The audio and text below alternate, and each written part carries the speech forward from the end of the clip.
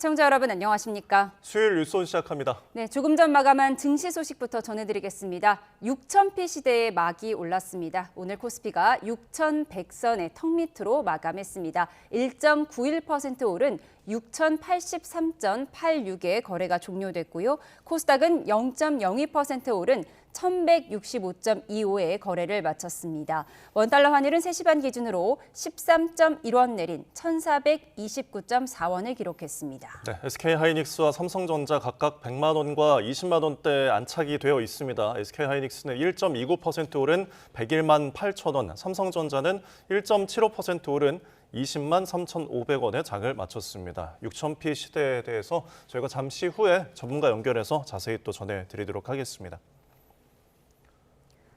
트럼프 미국 대통령이 집권 2기 첫 국정연설에서 역대 최장인 108분 동안 자신의 치적을 과시했습니다. 네, 연방대법원의 관세 위법 판결에도 대부분의 교역국은 무역 합의를 유지하길 원한다면서 더 나쁜 합의를 할 수 있다고 압박했습니다. 워싱턴에서 홍상희 특파원입니다.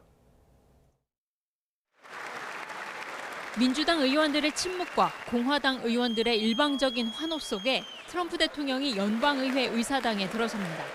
지금이 미국의 황금기라며 예고했던 대로 자신의 경제 성과를 나열합니다. Our nation is back, bigger, better, richer, and stronger than ever before. We're going to do better and better and better. This is the golden age of America. 고물가로 여론이 악화했지만 자신이 지난 1년 동안 근원 물가 상승률을 5년여 만에 최저 수준으로 낮춰 물가 문제를 해결했다고 주장했습니다. 놀라운 경제적 반전을 일으킨 주역으로 관세를 치켜세우면서 연방대법원이 유감스러운 판결을 내렸다고 비판했습니다. 하지만 대부분의 교역국은 무역 합의를 유지하길 원한다면서 과거 합의보다 훨씬 더 나쁜 새로운 합의를 할 수도 있다고 압박했습니다. Knowing that the legal power that I as president have to make a new deal could be far worse for them, and therefore they will continue to work along the same successful path that we had negotiated before the Supreme Court's unfortunate involvement. 또 무역법 122조를 근거로 한 글로벌 관세와 무역법 301조, 무역확장법 232조 등 다른 법적 근거를 활용해 관세 수준을 유지할 거라는 계획도 재확인했습니다. 이란과의 핵 협상과 관련해서는 아직 이란으로부터 핵무기를 포기하겠다는 말을 듣지 못했다고 밝혔습니다. 자신은 외교로 문제를 해결하기를 원하지만 이란이 미국 본토를 위협할 미사일을 개발하고 있다며 군사력 사용 가능성도 경고했습니다. 108분 동안의 역대 최장 국정연설에서 트럼프 대통령은 자신의 경제적 성과를 부각하며 유권자 설득에 주력했습니다. 하지만 더 강한 미국을 내세운 트럼프 대통령에 대한 평가가 중간 선거에서 어떻게 나올지는 아직 미지수입니다. 워싱턴에서 YTN 홍상입니다. 코스피가 6천을 돌파한 날 국회에서는 자사주 소각을 의무화하는 내용을 담은 3차 상법 개정안 처리가 초읽기에 들어갔습니다. 민주당은 이른바 법 왜곡죄를 뒤이어 상정한다는 계획인데 국민의힘은 이번에도 필리버스터를 예고했습니다. 취재기자 연결해 들어보겠습니다. 김다연 기자. 네, 국회입니다. 네, 필리버스터는 아직 진행되고 있습니까? 네, 거의 막바지입니다. 토론 시작 24시간이 되는 잠시 뒤 오후 4시쯤 범여권 주도로 표결을 거쳐 필리버스터는 강제 종결될 전망입니다. 이 3차 상법 개정안은 기업의 자사주 소각을 의무화하는 내용을 담고 있는데요. 민주당은 법안 통과를 마무리 지은 뒤 사법 3법 가운데 하나인 법 왜곡죄를 바로 본회의 안건으로 올린다는 계획입니다. 법 왜곡죄는 판검사들이 법을 왜곡해서 적용하면 처벌하겠다는 내용이 담긴 형법 개정안입니다. 정청래 대표는 조희대 사법부의 위헌성 지적을 시비로 규정하며 법 개정 추진 의지를 거듭 강조했는데 아침 회의 발언 듣겠습니다. 조희대 대법원장이 자꾸 위헌, 헌법 운운하는데 미안하지만 헌법재판소에서 그 결정권이 있다는 것을 분명히 말씀드리고 더 이상 딴소리 안 했으면 좋겠습니다. 반면 국민의힘은 이재명 대통령 한 사람을 살리기 위해 80년 사법체계를 부술 셈이냐며 역시 필리버스터를 예고했습니다. 결국 입맛에 안 맞는 판사는 감옥에 넣고 구미에 맞는 판사는 대법관에 앉히고 마음에 안 드는 판결은 헌법재판소에 뒤집어달라고 하겠다는 선전포고라는 주장입니다. 개혁의 가면을 쓴 사법 테러. 민주당은 지금이라도 사법부를 마음대로 길들이려는 헛된 야욕을 버리고 오만한 속도전을 즉각 멈추십시오. 결은 많이 다르지만 우려는 범여권에서도 제기됐습니다. 조국혁신당 조국 대표는 SNS를 통해 이 법안 신설 자체는 찬성하지만 일부 조항은 기존 판례에 도전했다는 이유로도 수사와 고발을 할 수 있도록 해 검토가 필요하다고 지적했습니다.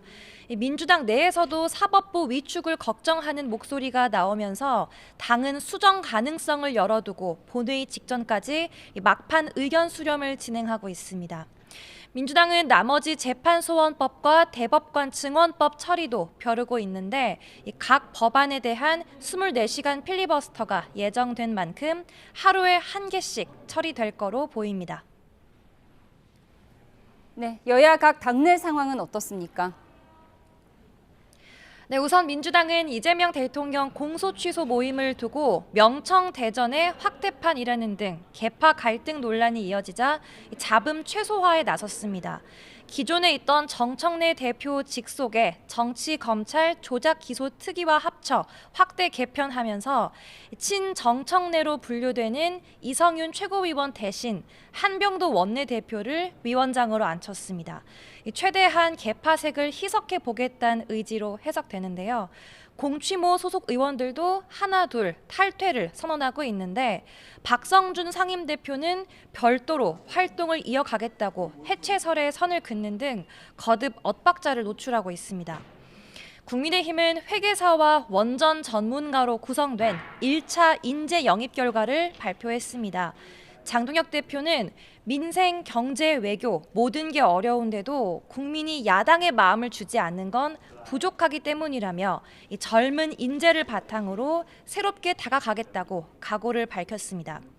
하지만 당 내부는 여전히 윤석열 전 대통령과의 절연 문제로 어수선합니다. 이대로는 지방선거를 치를 수 없다는 위기감 분출인데 초재선 의원 일부는 의원총회 소집을 요구했고 중진들은 내일 오전 장 대표와 면담을 진행합니다. 지금까지 국회에서 YTN 김다연입니다. 대법원이 전국의 법원장들을 소집해 여권이 추진하는 이른바 사법개혁 3법에 대한 대응 방안을 논의하고 있습니다. 박영재 법원행정처장은 사법제도 개편에 사법부의 의견이 반영돼야 한다고 당부했습니다. 취재기자 연결해 알아보겠습니다. 이준엽 기자. 네, 대법원입니다. 네, 전국 법원장 회의 지금도 진행 중인 거죠? 네, 조금 전 오후 2시부터 대법원 청사에서 박영재 법원행정처장 주재로 전국 법원장 회의가 진행되고 있습니다. 박 처장은 인사말에서 먼저 사법부가 신속하고 공정한 재판을 위해서 많은 노력을 기울여 왔음에도 여전히 국민의 기대와 눈높이에 미치지 못한 부분을 성찰해야 한다고 말했습니다. 그러면서도 사법개혁 3법이 모두 헌법 질서와 국민의 권리를 수호하는 법원의 본질적 역할과 기능에 중대한 변화를 가져온다고 지적했는데요. 법원을 통해서 권리를 구제받으려는 국민에게도 직접적인 영향을 미칠 수 있는 내용을 담은 만큼 수기에 사법부의 의견이 반영돼야 한다고 강조했습니다. 직접 들어보시겠습니다. 헌법 질서와 국민의 권리를 수호하는 법원의 본질적 역할과 기능에 중대한 변화를 가져올 뿐 아니라 법원을 통하여 권리를 구제받으려는 국민들에게도 직접적인 영향을 미칠 수 있는 내용을 담고 있습니다.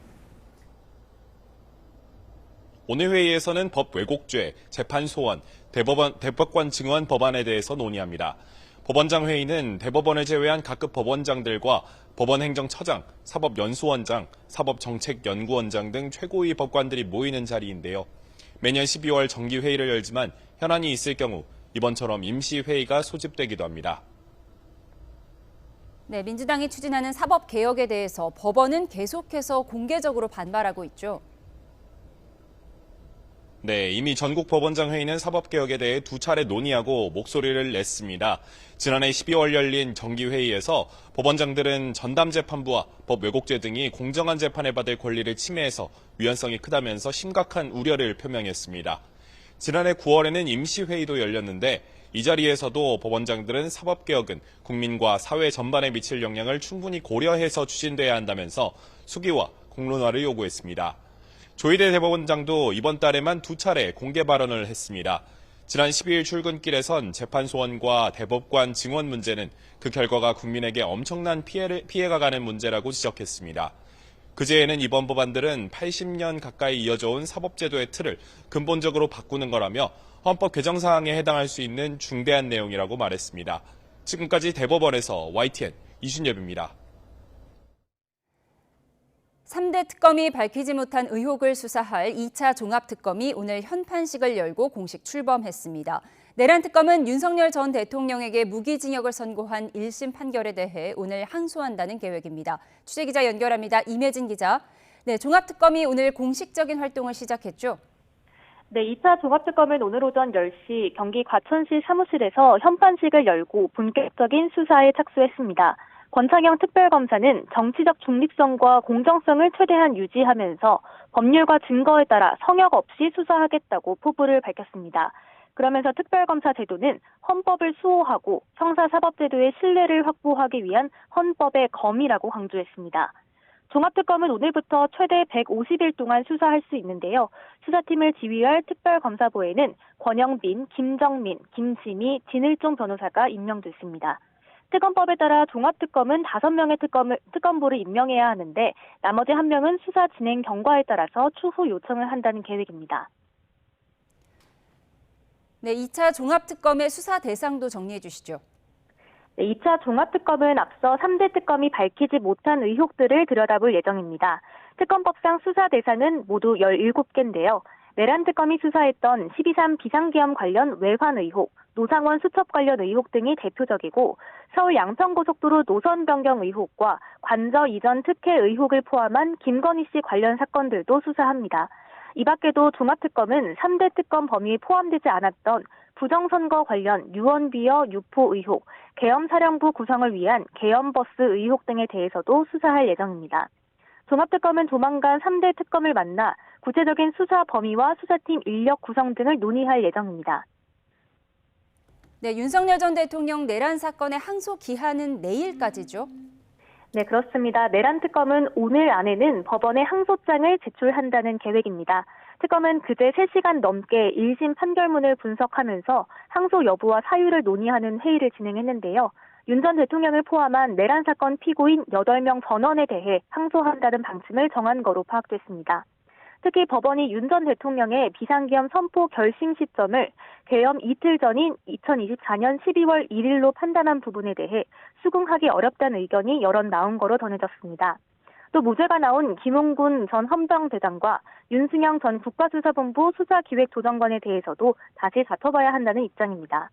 윤 전 대통령 측은 어제 사실 인정의 오류와 법리 오해를 밝히고자 한다면서 먼저 항소장을 제출했는데요. 쌍방 항소로 사건은 서울고등법원 내란전담재판부에서 다시 판단받게 될 예정입니다. 아울러 1심에서 징역 5년이 선고된 윤 전 대통령의 체포방해 혐의 등 사건 항소심은 서울고등법원 형사 일부 심리로 다음 달 4일 첫 재판이 열릴 예정입니다. 지금까지 사회부에서 YTN 임혜진입니다.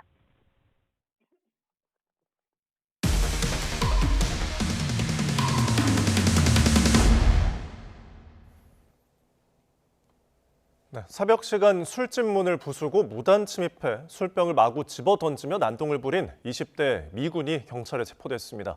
경찰은 일단 이 미군을 미 헌병에 인계했는데 조만간 다시 불러 조사할 방침입니다. 자세한 내용 취재기자 연결해서 알아보겠습니다.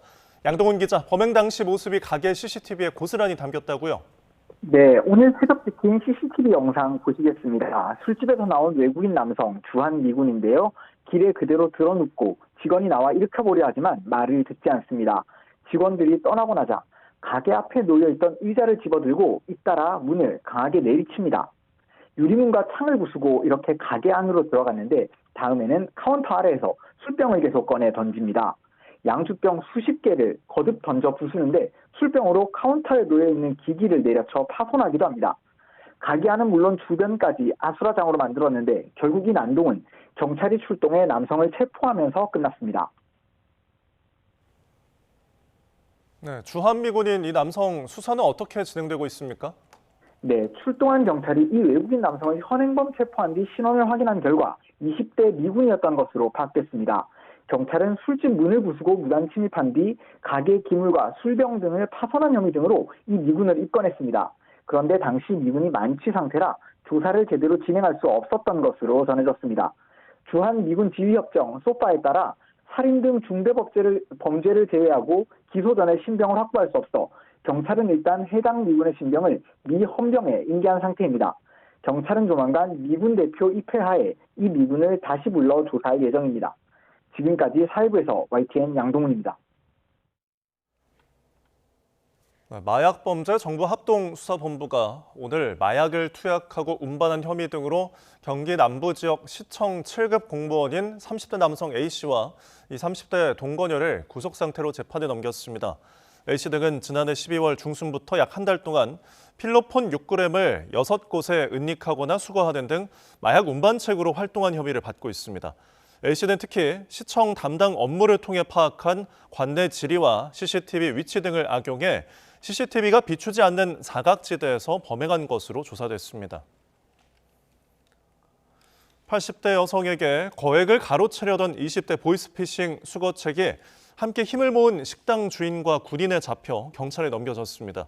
경기 양주경찰서는 지난해 12월 20대 A씨를 통신사기 피해 환급법 위반 혐의로 현행범 체포했다고 오늘 밝혔습니다. 당시 식당 주인 황모 씨는 한 할머니가 검정 봉투를 시래기 밑에 놓고 가는 것을 수상히 여겨 112에 신고한 뒤 출동 경찰관의 조언에 따라 현장을 보존하다 수거책으로 보이는 A씨가 나타나자 단골 손님과 군인 2명의 도움을 받아 직접 붙잡았습니다.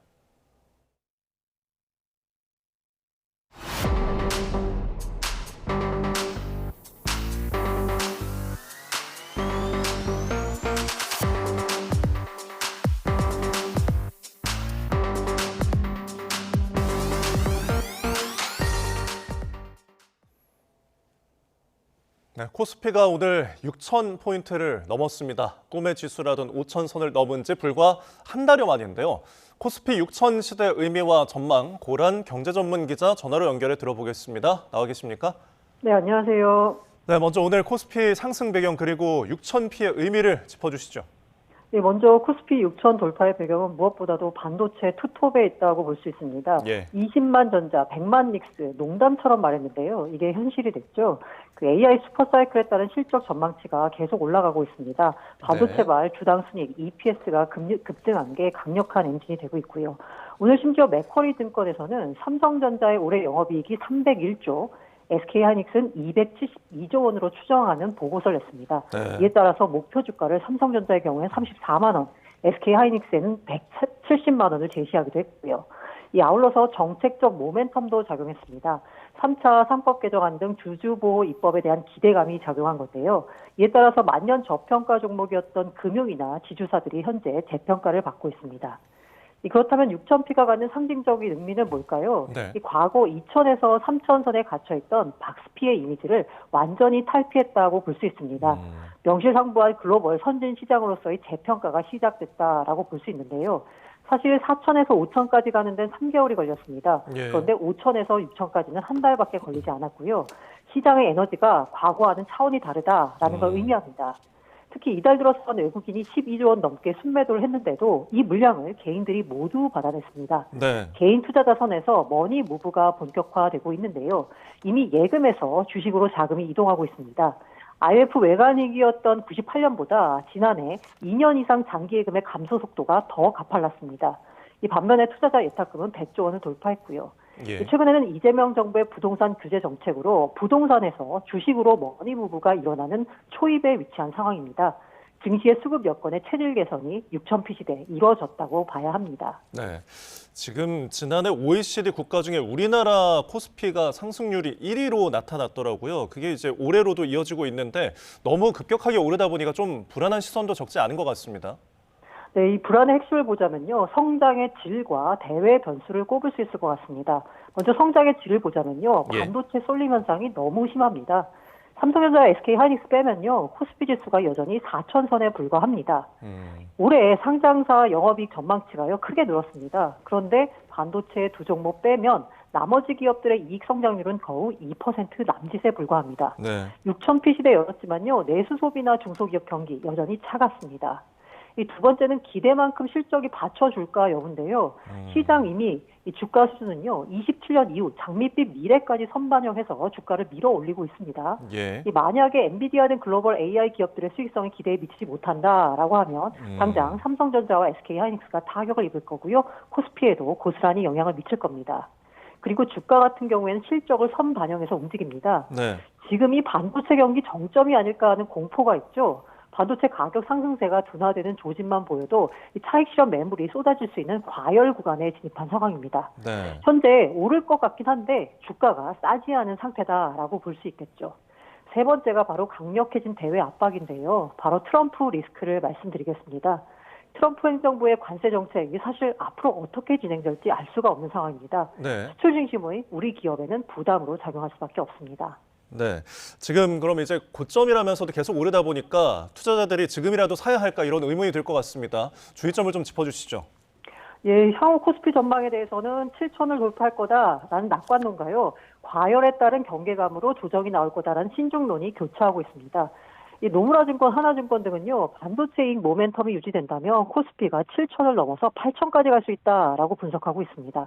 하지만 신중론 입장에서는 단기간에 지수가 너무 가파르게 올랐습니다. 올 들어서만 종목이 아니고요. 지수가 40% 넘게 급등했습니다.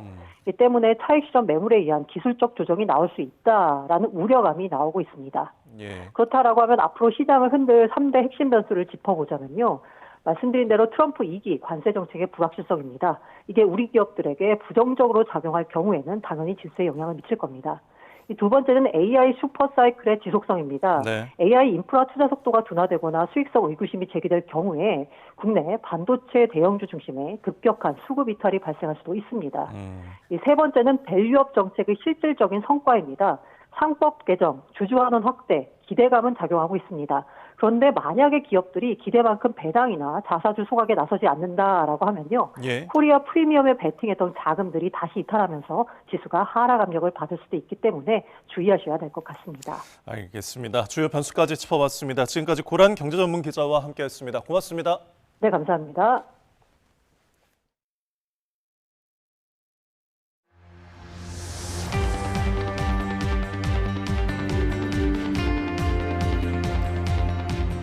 주가가 날개를 달고 오늘 코스피가 6,000선을 돌파했습니다. 잠시 후 본회의에서 자사주 소각 의무를 담은 3차 상법 개정안이 통과되는데 상법이 개정되면 더 오르게 될까요?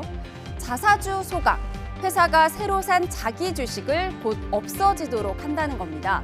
만약 자산 가치 1,000만 원짜리 기업이 있다고 가정해 보겠습니다. 자사주로 기업이 20주, 투자자가 80주 갖고 있다면 한 주의 가치는 10만 원이죠. 그런데 자사주 20주가 소각이 되면 80주만 남아서 이 한 주의 가치가 12만 5천 원으로 오른다는 점을 이 민주당은 강조하고 있습니다. 하지만 국민의힘은 자사주 소각이 의무화되면 적대적 인수합병을 노린 기업 사냥꾼들로부터 경영권 방어가 어려워진다고 반박합니다. 그 목소리로 정치원 시작합니다. 코스피가 지금 6,000을 넘었습니다. 박수 한번 치고 시작하죠. 이제 주가 지수가 6,000을 넘어 7,000, 8,000까지 훨훨 날아올 수 있도록 우리 주식시장에 효율성을 더해야 하는데 국민의힘은 이를 막고자 필리버스터를 하고 있습니다. 국민의힘에게 묻습니다. 주식시장이 활성화되고 주가 6,000, 7,000, 8,000 되는 것이 배가 아픕니까 혹시? 국민들이 돈을 버는 것이 못마땅합니까? 필요하면 기업이 판단해서 팔고 또 필요하면 기업이 판단해서 더 사고 이렇게 하는 거죠. 그걸 의무적으로 1년 내에 다 팔아라. 폭주하고 있는 우리 거대 여당 입법 독주 막아설 힘이 전혀 없습니다. 우리에게는. 네, 오늘의 정치온 김영주 전 민주당 의원, 권영진 국민의힘 의원과 함께합니다. 어서 오십시오. 네, 정청래 대표는 필리버스터를 진행한 국민의힘을 향해서 국민 돈 버는 게 배가 아프냐 이렇게 비꼬았는데 상법 개정안 통과되면 주가 더 오를 거라는 자신감일까요? 그렇습니다. 실제로 자사주라는 게 미발행 주식을 얘기하는 거거든요. 그런 의미에서 이제 다른 나라의 경우에는 그게 어떤 지분을 가지고 자기 경영권 방어하는 경우가 드뭅니다. 그런데 우리나라의 경우는 자사주가 시총에 포함시키거나 그러면서 큰 틀에서 보면 코리아 디스카운트의 원인이 되었고 또 외국에는 실제로 자사주를 소각했을 때 비로소 시총에 포함되거든요. 그런 의미에서 단순하게 어떤 물론 이제 국민의힘의 반박 논리는 자사주의 소유 자체를 거의 말하자면 불허하듯이 하면 사실은 적대적 M&A에 속수무책으로 당할 수밖에 없지 않느냐. 소위 개방 공포증을 얘기하는데요. 이제 그럼에도 불구하고 대다수 많은 사람들이 주식시장에 관심을 가지는 의미에서 본다라면 그동안의 어떤 우리나라에서만 보였던 어떤 비정상적인 관행, 그러니까 지분만을 가지려고 한다든지 자사주 자체를 배분, 배당률과 연동시킨다든지 시총에 포함시킨다든지 쉽게 얘기해서 자사주를 자산에 포함하는 잘못된 관행과의 결별을 통해서 좀 더 글로벌 스탠다드로 나아가고 실질적으로 국민들이 이 주식 투자에서 안정적으로 수익을 더 가져갈 수 있도록 하겠다는 그런 취지를 갖고 있습니다. 예, 네. 22대 국회 들어서 벌써 22번째 필리버스터가 됐습니다. 국민의힘에서는 이렇게 자사주를 무조건 팔아라 이렇게 명령하는 것은 기업 옥죄기이고 또 외국의 기업 사냥꾼들로부터 우리 기업을 보호하지 못한다라는 반박인 거죠. 예, 상법 개정안이 뭐 일리가 있는 측면이 있어요. 그러니까 그동안 이제 대주주가 자사주를 가지고 지나치게 대주주 이익을 많이 받고 일반 주주들에게는 별로 이익이 없었다. 그래서 자사주를 소각한다는 건 완전히 없애버리는 거거든요. 앵커께서 말씀하셨듯이 시장에 유통되는 주식 수가 줄어들기 때문에 주당 가치가 올라가는 거예요. 그건 좋은 일인데 그래서 아마 오늘 이 코스피가 6천을 넘어선 것도 저런 것들이 반영된 측면이 있다고 봅니다. 있다고 보는데 근데 이 자사주라는 게 그런 나쁜 기능만 하는 게 아니라 적대적 M&A라고 하는 특히 우리 국내 기업들이 외국의 그런 해치펀드나 이런 걸로부터 적대적 M&A를 경영권을 방어하는 그런 중요한 수단으로 자사주가 활용된 것도 사실이거든요. 그런 관점에서 보면은 기업이 갖고 있는 이 자산을 입법부가 법으로 강제로 매각하도록 하는 게 시장경제 원리에 맞냐 이런 부분이고요. 그리고 전체적으로 자사주라는 게 일반 자사주도 있고 목적 자사주도 있는데 이런 것들을 구분해서 그래도 최소한의 기업이 자기 경영권을 방어할 수 있는 그런 여지는 남겨두고 했어야 되지 않느냐 이런 차원에서 좀 아쉬움이 있고요. 사실 이런 상법 개정안 정도는 저렇게 여당이 그냥 힘으로 밀어붙일 일은 아니라고 봅니다. 지금 저희 당에서도 우리 대안과 미래가 3차 상법 개정안을 대안을 발의도 해놓은 상황이고 그러면은 얼마든지 정무위에서 수기를 통해서 합의 처리할 수 있고 부작용을 막을 수 있었는데 저렇게 모든 걸 힘으로 그냥 속도전으로 밀고 나른 것 자체가 앞으로 아마 또 다른 부작용을 나타낼 수 있을 것 같습니다. 지금 저렇게 주식이 올라가고 또 올라감으로 해서 돈을 버는 국민들이 생기는 거 누가 그걸 싫어하겠습니까? 그런데 지금 이 장세란 게 전반적으로 우리 기업이 성장이 돼서 그걸 반영해서 올라가는 게 아니잖아요. 지금 계속 반도체 장세거든요. SK 하이닉스나 삼성전자 갖고 있는 사람들은 돈을 벌어요. 그렇지만은 주식시장에 같이 투자하는 사람 중에서도 지금도 만약 손해보는 사람들이 더 많다는 거 아닙니까? 또 이게 어찌 보면은 외환 내비라는 게 우리 경제가요 자영업자들이나 이런 건 너무 어렵습니다. 지금 최악이라 그럽니다. 그런데 지금 집권 여당은 주가 올라가는 거 보면서 박수만 치고 있다는 게 국민 경제 전체로 볼 때 적어도 저 집권 여당이 해서는 저는 안 될 일이다. 그런 면에서 좀 자중했으면 좋겠다 이런 말씀을 드립니다. 그러니까 법안 처리에 좀 디테일을 함께 논의해보자라는 취지라고 말씀을 주셨습니다. 지금 속보가 들어왔는데요. 민주당이 법 왜곡죄에 대해서 수정안을 상정하겠다고 밝혔습니다. 위헌 소지가 있는 것들을 최소화하고 이 부분을 수정해서 민주당 의원총회에서 확정하겠다고 밝혔습니다. 잠시 뒤에 이 본회의에서 법 왜곡죄 수정안이 상정될 예정입니다. 지금 현재 저희가 저희가 상법 개정안에 대해서 얘기를 하고 있었고요. 상법 개정안이 통과되면 사실 이 법 왜곡죄가 상정될 예정이었는데 수정안을 올리겠다고 민주당이 밝혔습니다. 다음 키워드에서 이 이야기 이어가도록 하겠습니다. 키워드 열어주시죠.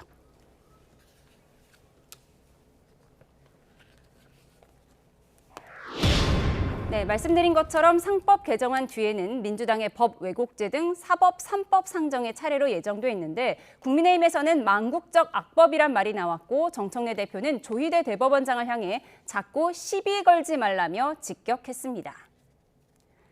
네, 법 왜곡죄는 법관과 검사 등이 고의로 법을 왜곡하거나 조작된 사실관계에 적용하는 경우 처벌하는 죄목인데 헌법상 명확성의 원칙 등에 어긋난다는 위헌성 우려도 제기됩니다.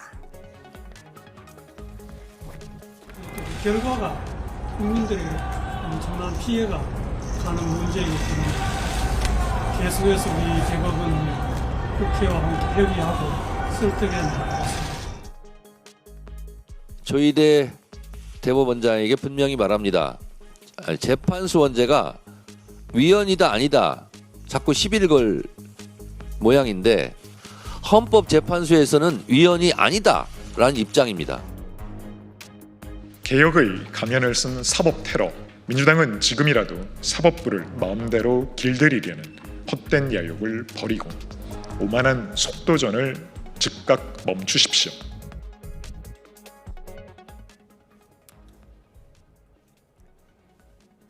네, 법 왜곡죄에 대한 여야 목소리 듣고 왔는데요. 잠시 국회 상황을 좀 보도 오도록 하겠습니다. 네, 이 시각 국회에서는 3차 상법 개정안에 대한 무제한 토론 필리버스터를 마치는 표결이 진행되고 있습니다. 토론 24시간이 지나서 이를 종결하기 위한 표결이 진행되고 있는 것인데요. 민주당 주도, 범여권 주도로 아마도 표결이 가결될 것으로 보이고요. 필리버스터를 마치면 3차 상법 개정안이 통과가 되고 이어서 법 왜곡죄 수정안이 상정될 것으로 보입니다. 이 이야기 두 분과 계속해서 나눠보도록 하겠습니다. 문금주 의원을 대신하여 김준혁 의원, 정의로 의원을 간표위원으로 지명하겠습니다. 네, 두 분과 이야기 나눠보도록 하겠습니다. 법 왜곡죄에 대한 설명을 드렸는데 사실 이 명확성의 원칙에 어긋난다라는 얘기가 있었어요. 예를 들어서 물론 판검사들이 법을 왜곡해서 적용하면 안 되죠. 안 되지만 만약에 검사들이 열심히 수사를 해서 기소를 했는데 이 부분이 무죄가 나왔을 경우 그럼 검사들이 법을 왜곡한 것이냐. 또 1, 2심에서 유죄가 나온 것이 최종심에서 무죄가 되면 또 1, 2심 판결이 잘못된 것이냐. 이 부분도 처벌 대상이냐 아니냐를 놓고 위헌 시비가 있었던 것 같아요. 근데 지금 민주당이 수정하겠다고 밝혔으니까 어떻게 될 걸로 보십니까? 그렇습니다. 이제 예정된 수순으로 봤습니다. 원래는 이제 사실은 의총에 다 동의를 구한 것이라서 수정하기가 쉽지 않다는 여론도 꽤 있었습니다. 그러나 워낙 당 내부에서 검토할 때부터 방금 앵커께서 말씀하시는 어떤 명확성의 문제, 특히 이제 왜곡죄의 일항 사망에 있어서의 문제, 그리고 근본적으로 봐서는 우리나라는 자유심중주의라고 하는 그런 원칙을 갖고 있습니다. 그러니까 판사 스스로가 양심에 따라 증거를 채택할 수 있는 권한인데 이 부분하고 지금 법 왜곡죄가 서로 상충될 수 있는 부분이거든요. 어디까지 허용할 것이냐에 대한 문제 있고 또 실제적으로 보면 이제 결과적으로 하나하나를 잘했다 하더라도 나중에 이것이 역으로 갈 수 있는 부분들도 꽤 있단 말입니다. 그래서 조금 더 그런 부분이 당내 반발도 많이 있었기 때문에 겉으로 드러나진 않았습니다만은 결과적으로는 조금 더 자꾸 수정이 필요했다라는 데 동의를 한 것 같고요. 저도 지금 수정안을 보지는 못했습니다만은 조금 더 이러한 대내외적인 비판에 대해서 당이 경청한 것으로 이해할 수 있을 것 같습니다. 법 왜곡죄에 대해서 어느 부분을 정확히 수정했는지는 아직 알려지지 않았는데 아무래도 그동안 참여연대 등 진보적 시민단체도 모호하다고 비판을 했었고 조국혁신당 역시도 이 부분을 모호하다고 지적을 했습니다. 어느 부분이 수정된 거라고 보십니까? 지금 사실은 민주당 의원들도 어느 부분이 수정된지 몰라요. 지금 우리 국회의 문제는 어제 이제 법안이 9개가 상정됐습니다. 2시에 개회한다고 하다가 3시로 연기됐어요. 아무도 오늘 어떤 법이 상정될지를 아무도 모르는 겁니다. 민주당 지도부도 몰랐어요. 그러니까 이렇게 하고 지금 다시 이제 수정안을 표결 직전에 또 낸다는 거예요. 아니 법을 이렇게 만들어도 됩니까? 그런데 이 법이란 게 정말 악법이죠. 이 법 왜곡죄란 거는 판사든 검사가 법을 잘못 적용해서 할 경우에 징역 10년 이하에 처벌할 수 있는 조항이거든요. 그런데 그러면은 아니 어떻게 법을 잘못했던 게 의도적으로 법을 조작했다라고 하는 거예요. 누가 의도적으로 조작을 했는지 누가 판단할 거예요. 그러니까 이게 명확성의 원칙에, 헌법에 있는 명확성의 원칙에 반하는 거라는 거예요. 그리고 헌법 103조가 뭐냐 하면은 법관은 헌법과 법률에 의거해서 양심에 따라서 독립적으로 심판하도록 돼 있어요. 그러니까 왜 우리가 사람이란 걸 실수할 수 있어요. 법관도 법을 잘못 적용할 수도 있어요. 그렇기 때문에 우리가 1심, 2심, 3심까지를 두고 있는 겁니다. 근데 이걸 가지고 이제 앞으로는 양심에 따라서 하는 게 아니라 법관들이 이걸 이런 판결을 하게 되면은 내한테 어떤 소송이 들어올까 이걸 걱정하면서 권력의 눈치를 보면서 해야 되는 그런 상황이 오는 거예요. 이래서 이 법은 명백한 위헌이고 그리고 또 한편으로는 사법체계 자체를 뒤흔드는 건데 이걸 저렇게 강행하는 민주당이 참 아무리 다수 의석이라도 해도 너무한다. 그러니까 민주당 내에서도 반대가 나오고 지금 참여연대도 반대가 하니까 지금 법안 처리하기 불과 얼마 직전에 지금 수정안을 내서 처리하겠다는 거거든요. 이게 국회 운영하는 원칙에 지금 완전히 반하는 거예요. 행포입니다. 이건 행포. 예, 위헌 소비가 불거진 법 왜곡죄 어느 부분을 민주당이 수정했는지 속보가 들어오면 전해드리도록 하겠습니다. 그런가 하면 민주당 개별 의원 100여 명이 모여서 구성했던 이재명 대통령 공소 취소 모임. 명청 갈등의 한 단면으로 해석되기도 했는데 오늘 당내 정식 기구로 확대 재편됐습니다. 최근 유시민 작가는 이른바 공소 취소 모임에 대해서 이런 말을 했었죠. 거기 드신 분들 빨리 나오세요. 뭐 그런 이상한 모임에 왜 들어가서 많은 사람들이 미친 것 같은 짓을 하면 그 사람들이 미쳤거나 제가 미쳤거나 둘 중에 새로 설치된 특별위원회가 그 성과를 이어받고 확대 개편되는 것입니다. 공취모의 취지까지 받아 안아서 일부의 보도처럼 계파를 진화하려는 것이 아닙니다. 네, 민주당이 추진한 이재명 대통령 공소 취소 모임이 이제 당내 정식 기구로 그럼 이제 확대 재편된다는 건데 그렇다면 이제 더 이상 명청 갈등의 한 국면이 아니라 당의 정식 기구다라고 인정받는 건가요?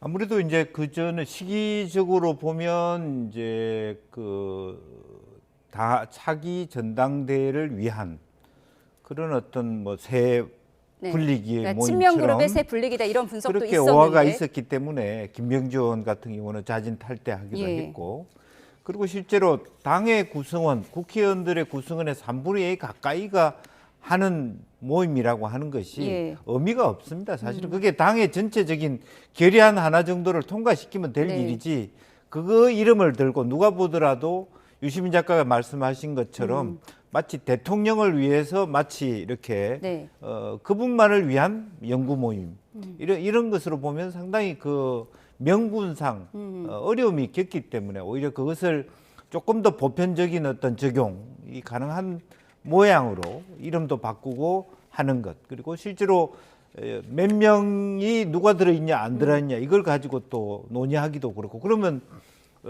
과연 이 모임에 정청래 대표는 들어가는 게 맞냐 안 맞냐 이런 논의까지 하기 시작했으니까 차라리 그것을 제가 보기에는 어떤 모임이라고 하기보다는 당 전체의 방향으로만 정리하는 것이 맞다라는 거고 최근에 또 복당 신청을 한 송영길 대표 또한 약간 부적절하다 이건 그 이름에서 이재명 대통령을 빼야 한다라고 얘기를 했었죠. 그래서 그런 부분까지를 포함하는 어떤 조금 더 두루뭉술한 그리고 개파색을 줄이는 그런 모습으로 진화 발전하는 거 아닌가 그렇게 보여집니다. 예, 그런가 하면 이재명 대통령도 이 개파 갈등 확산을 막으려는 걸까요? 오늘 SNS에 이런 글을 올렸습니다. 키워드 열어주시죠.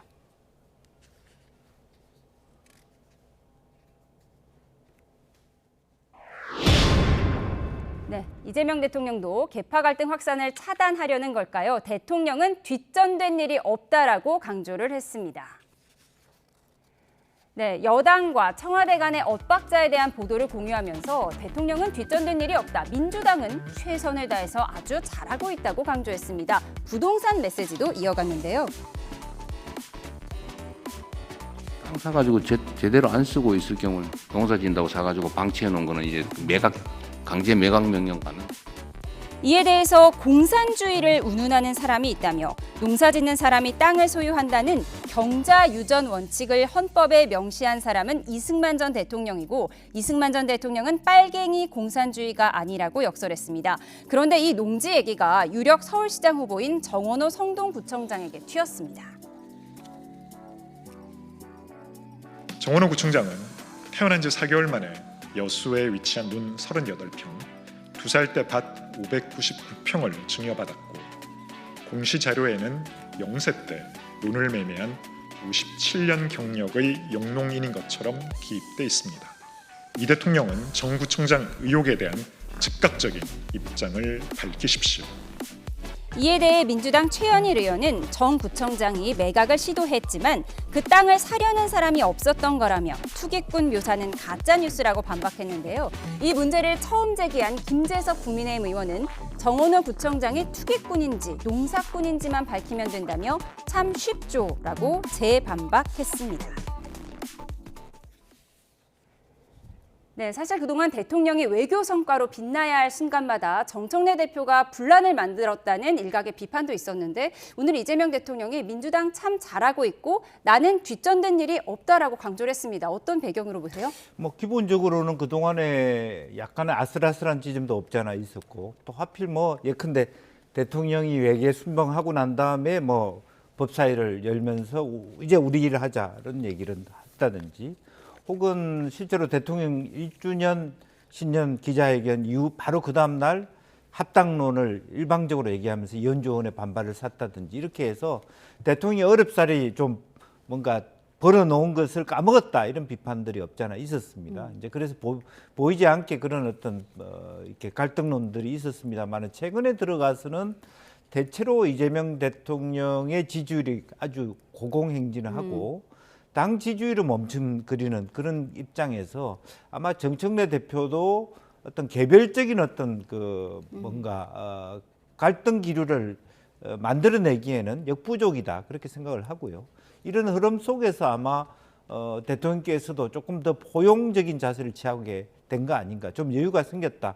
저는 그렇게 보여집니다. 그러니까 청와대도 당도 당청 갈등 없다라고 지금 부정하는 것 같은데 이런 메시지를 냈습니다. 농사 안 짓는 농지가 있다면 이건 나라가 매각을 명령할 수 있어야 한다. 이런 강한 메시지를 냈는데 지금 김재석 의원이 정원호 구청장의 1호 전수대상 대상자가 되어야 한다고 주장했어요. 어떤 배경인가요? 아니 이제 대통령께서 사실은 부동산 문제와 관련해서 본인이 직접 나서서 SNS로 다주택자들에 대해서 규제하고 다주택자를 특혜 뺏어야 된다. 뭐 이런 걸 계속적으로 이제 드라이브를 해나가면서 이게 여론에는 상당히 좀 좋게 평가되는 것 같아요. 그러니까 이제 대통령이 거기에 더해서 이제는 농지 문제까지 가는 겁니다. 이게 상당히 오버한 건데 근데 이 유탄이 지금 대통령이 키우고 있는 서울시장 유력 후보인 정원호 구청장에게 간 겁니다. 이게 그 내용인즉슨 정원호 구청장이 이게 자기가 지금 농지를 한 600평을 소유하고 있는데 농사도 짓지 않으면서 당연히 구청장 하면 농사 못 짓겠죠. 그런데 알고 보니 이 땅이 1968년, 1970년도에 산 거란 겁니다. 1968년도면은 정원호 구청장이 태어난 해예요. 그러니까 태어날 때 갓난 아기 4개월 된 아기가 농사를 지으려고 산 적은 없잖아요. 그러니까 이건 문제 있는 것 아니냐라고 김재석 의원이 얘기를 하니까 이제 최현일 의원이 변명을 해준다고 하는 것이 그때 조부모하고 부모가 관습에 따라서 자기 집안의 관습에 따라서 갓난애한테 농지를 사줬다라고 얘기를 하는데 저게 해명이 될런지는 모르겠어요. 어떻게 저 집안은 어떤 집안이길래 태어나면 갓난애한테 농지를 600평이나 사주는 거냐. 물론 저 이해는 돼요. 아마 정원호 구청장도 저 팔려고 했을 거라고 봐요. 근데 잘 안 팔리니까 이때까지 지금 57년간 들고 있었겠죠. 그러나 저거는 대통령의 기준으로 보면은 잘못된 그러한 농지를 소유하고 있는 거는 틀림이 없다. 그래서 대통령의 조금 오바가 그게 유탄이 정원호 구청장에 튄 해프닝이 일어났다. 뭐 이 정도로 저는 이해하고 싶습니다. 예, 정원호 구청장도 입장을 냈는데 농지 투기 의혹에 대해서 위법이 아니고 이렇게 정치 공세 소재로 사용된 것에 대해서 매우 유감이라는 입장을 냈습니다. 추가 입장이 나오면 또 전해드리도록 하겠습니다.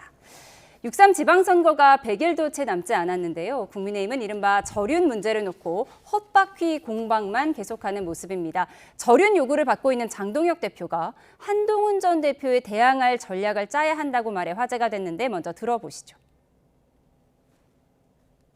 한동훈 전 대표에게도 여쭤보고 싶은데 불망하게 된다면 그런 가능성까지 염두에 두고 저희가 승리할 수 있도록 선거를 전략을 잘 짜보도록 하겠습니다. 장동혁의 전략이 한동훈 꺾는 겁니까? 어떻게 여기서 아주 청기누설을 했더라고요. 관심이 어디에 있는지가 그냥 부지불식간에 좀 전륜하랬더니요. 이 장동혁 대표는 절민을 한 거예요. 80% 국민을 끊어버렸어요. 이재명 정부 민주당의 도우미 역할. 그러니까 귀염둥이죠. 그쪽에서 보면.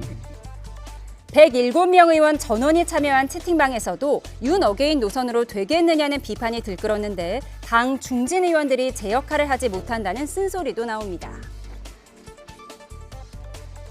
국민의힘 중진 양심불량들이에요. 윤석열 대통령 권력의 척근으로서 호가호의 한 세력들이 있으면 건신이라도 양심적으로 해야 되는데 한 명도 없잖아요. 그래서 많은 부모들이 별거 이혼 중에도 같이 손잡고 딸의 결혼식은 치러주잖아요. 그런 마음으로라도 지금 이 당이 수습돼야 된다는 이야기예요.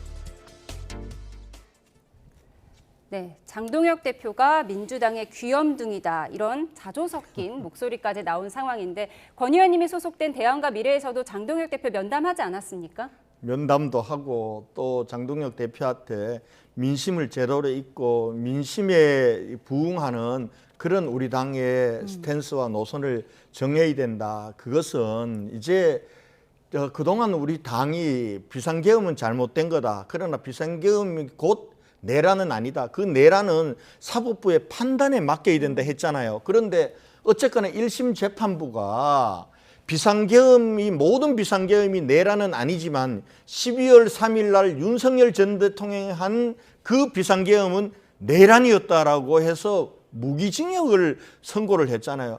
그런데도 아직도 우리가 1심이기 때문에 이 비상계엄은 내란이 아니다라고 얘기를 하고 그리고 그 비상계엄을 옹호하면서 계몽령이라고 떠들고 아직도 윤석열 대통령 무죄라고 얘기하면서 윤석열 전 대통령 다시 돌아와야 된다고 하는 이 윤어게인들하고 이 사람들하고 우리가 어떻게 같이 가면은 국민 상식에 맞겠냐는 거예요. 그러면 그 사람들에게는 우리 계몽령이라고 비상계엄을 옹호하고 그리고 윤석열 대통령 무죄라고 얘기하고 그리고 윤석열 다시 돌아와야 된다는 대표적인 전환길이나 아니면 고성국 같은 이런 분들하고는 우리 같이 못 갑니다. 국민 여러분 안 가겠습니다. 다시는 이런 비상계엄 우리 없도록 그러한 민주주의가 꼽히는 나라 만드는데 국민의힘이 헌신하겠습니다. 이렇게 얘기해도 지금 상황이 국민들이 우리 당에 지지를 보낼까 말까인데 지금 윤어게인을 외치는 이런 사람들도 우리 지지자인데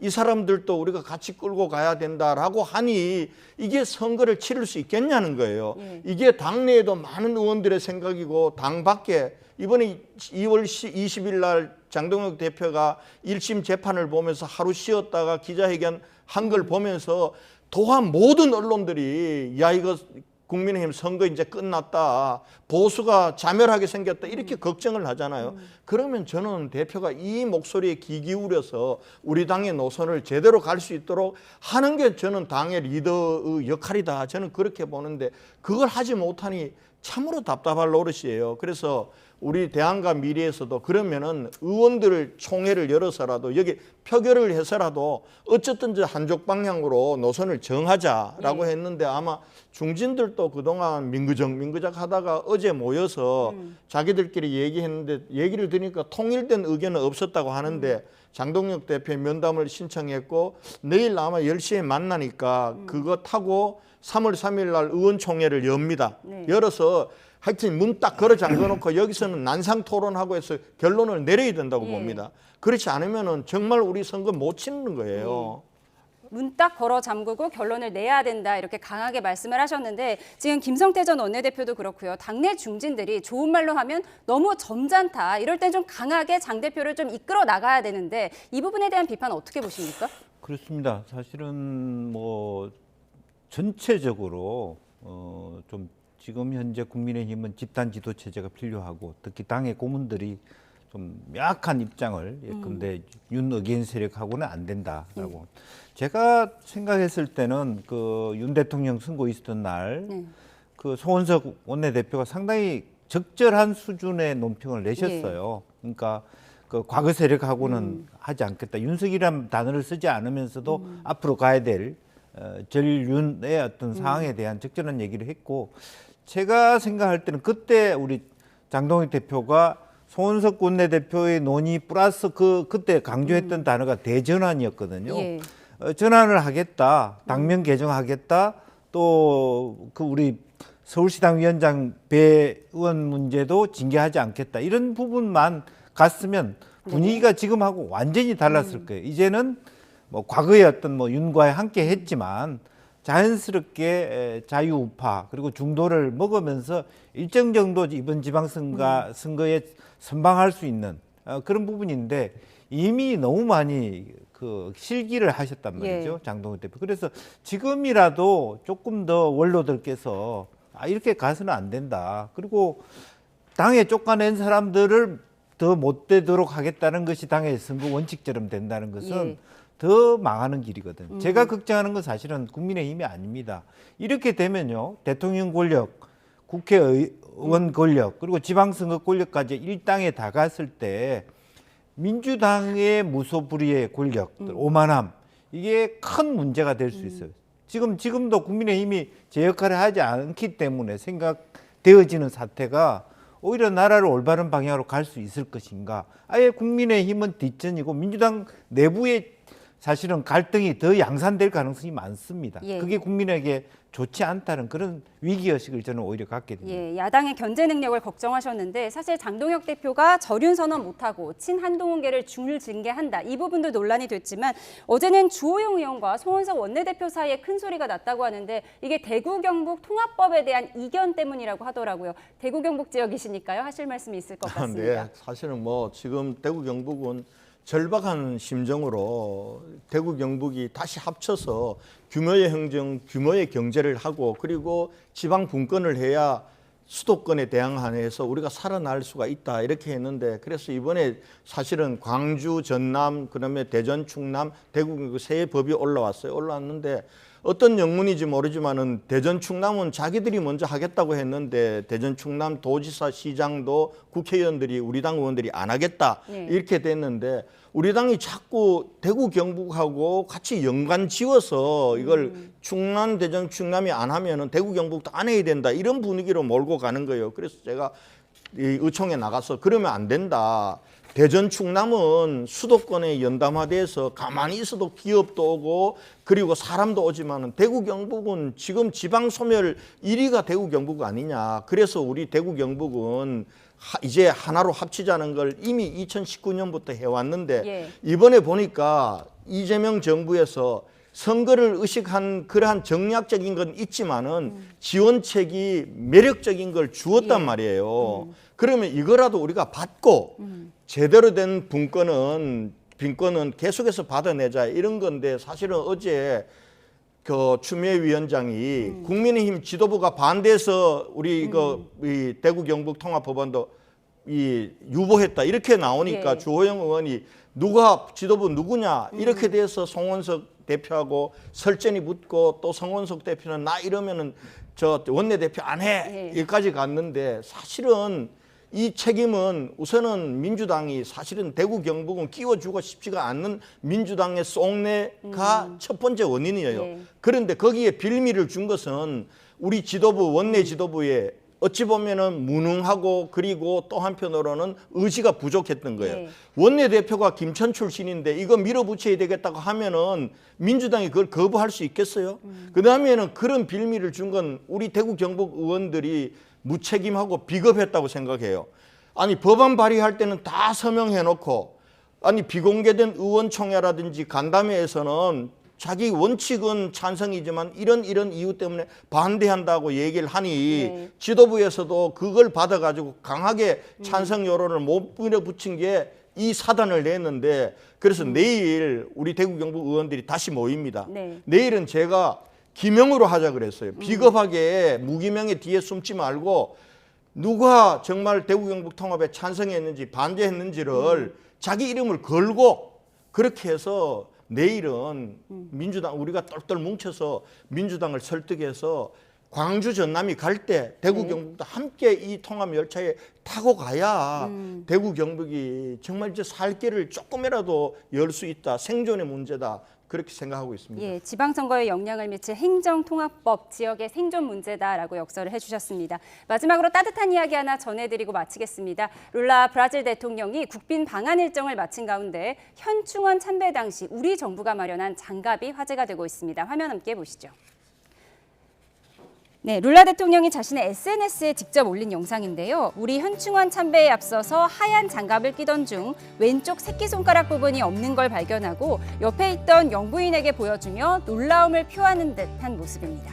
룰라 대통령 어릴 적 공장에서 일하다가 왼쪽 손가락을 잃은 걸로 알려졌는데 우리 정부에서 이를 고려한 맞춤 장갑을 준비했다는 분석이 나오고 있습니다.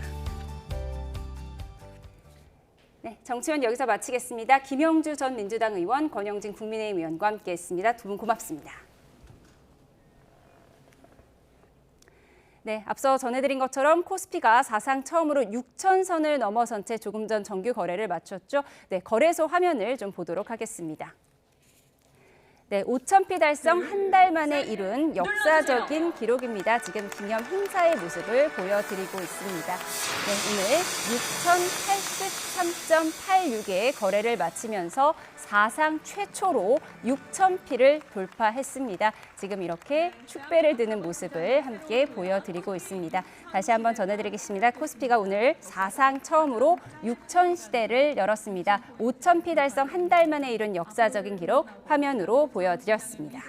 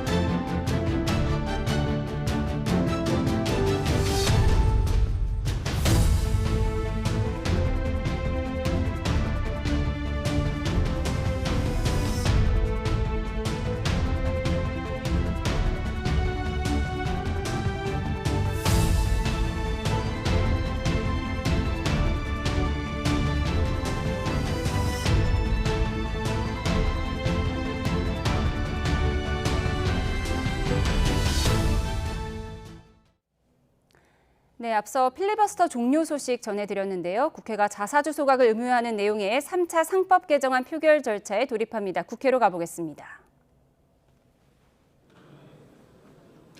네, 절대 다수 의석을 가진 범여권의 필리버스터를 24시간 만에 강제 종결했고요. 지금 법안 투표를 진행하고 있습니다. 네, 회사가 자사주를 취득할 경우 1년 안에 소각하는 것을 의무화하는 내용을 원칙으로 하고 있죠. 우원식 국회의장의 발표 내용 들어보겠습니다. 175인 기권 1인으로서 상법 일부 개정 법률안 대안은 가결되었음을 선포합니다. 의사일정 제3항 형법 일부 개정 법률안 대안을 상정합니다. 법제사법위원회에 김용민 의원 나오셔서 제안 설명해 주시기 바랍니다. 네, 3차 상법 개정안은 이렇게 통과가 됐고요. 이어서 법 왜곡죄 수정안이 상정됐습니다. 지금은 법안 발의 내용이 발표되고 있습니다. 네, 다시 한번 전해드리겠습니다. 민주당 주도로 필리버스터는 강제 종결이 됐고요. 상법 개정안 표결을 마치고 조금 전 통과됐습니다. 회사가 자사주를 취득할 경우 1년 안에 소각하는 걸 원칙으로 하고 있고요. 이어서 법 왜곡죄가 상정됐습니다. 자세한 소식은 들어오는 대로 추가로 전해드리겠습니다. 이를 바로잡기 위한 네, 앞서 한국거래소 장면도 보여드렸는데요. 코스피가 사상 처음으로 장중 6,000선을 넘어선 뒤 오름폭을 확대하면서 6,100선 턱 밑에서 거래를 마쳤습니다. 지난달 5,000선을 돌파한 지 불과 한 달 만에 1,000포인트 넘게 뛰며 신기록을 달성한 겁니다. 취재기자 연결해 좀 더 자세히 알아보겠습니다. 김태민 기자, 코스피가 거래 마감까지 6,000선을 지켜냈군요. 네, 코스피는 오늘 거래를 시작하자마자 전장보다 1% 가까이 오른 6,022포인트를 기록하며 사상 처음 6,000선을 돌파했습니다. 지난달 22일 장중 5,000선을 넘어선 지 한 달 만에 1,000포인트가 뛴 겁니다. 이후 지수는 오름폭을 키운 뒤 등락을 거듭하다 1.91% 오른 6,083.86으로 거래를 마쳤습니다. 코스피가 6,000선을 돌파하면서 전체 시가총액도 처음으로 5,000조 원을 넘어섰습니다. 외국인이 1조 2천억 원 넘게 순매도하며 차익 실현에 나섰지만 기관이 8,800억 원, 개인이 2,300억 원어치 주식을 쓸어 담으며 상승장을 이끌었습니다. 6,000피 달성의 주역 반도체 투톱은 오늘도 장중 신고가를 기록하며 강세를 이어갔습니다. 삼성전자는 1.75% 오른 20만 3,500원, SK하이닉스는 1.29% 오른 101만 8천원으로 거래를 마쳤습니다. 이 밖에 현대차가 9.35%, 기아가 13.1% 급등했고 SK스퀘어와 두산에너빌리티 등도 강세를 보였습니다. 지난밤 미국 증시는 반등하며 우리 증시의 상승 요인으로 작용했습니다.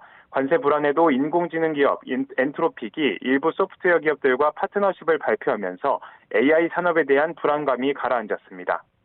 이런 가운데 코스닥 지수는 0.02% 오른 1165.25로 거래를 마치며 소폭 상승에 그쳤습니다. 원달러 환율은 이란 핵협상 기대 등의 영향으로 오후 3시 반 기준 1,429.4원까지 하락했습니다. 지금까지 경제부에서 YTN 김태민입니다.